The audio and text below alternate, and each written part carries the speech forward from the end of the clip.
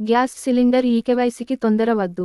వివరాల్లోకి వెళ్లే ముందు మన ఛానల్ని సబ్స్క్రైబ్ చేయండి మరియు లైక్ చేయండి.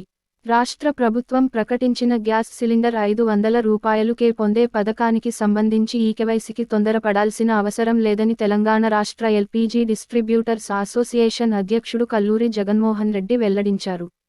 డిసెంబర్ 30 నాటికే పూర్తి చేయాలని పుకార్లు రావటంతో గ్యాస్ ఏజెన్సీల వద్ద భారీ సంఖ్యలో వినియోగదారులు క్యూలు కడుతున్నారని తెలిపారు. రాష్ట్ర ప్రభుత్వం నుంచి గ్యాస్ సిలిండర్ పథకానికి విధివిధానాలు ఇంకా వెలువడలేదన్నారు.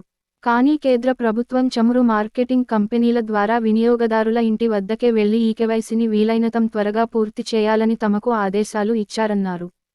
అందువల్ల వినియోగదారులు భయాందోళనతో తొందరపడవద్దని తెలిపారు. ఎల్పీజీ సిలిండర్ డెలివరీ బాయ్ ఇళ్లకు వచ్చినప్పుడే ఈకేవైసీ పూర్తి చేసుకోవచ్చని తెలిపారు.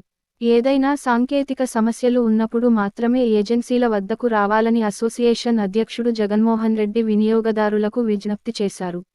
మరిన్ని వార్తల కోసం మన ఛానల్ని లైక్, షేర్, సబ్స్క్రైబ్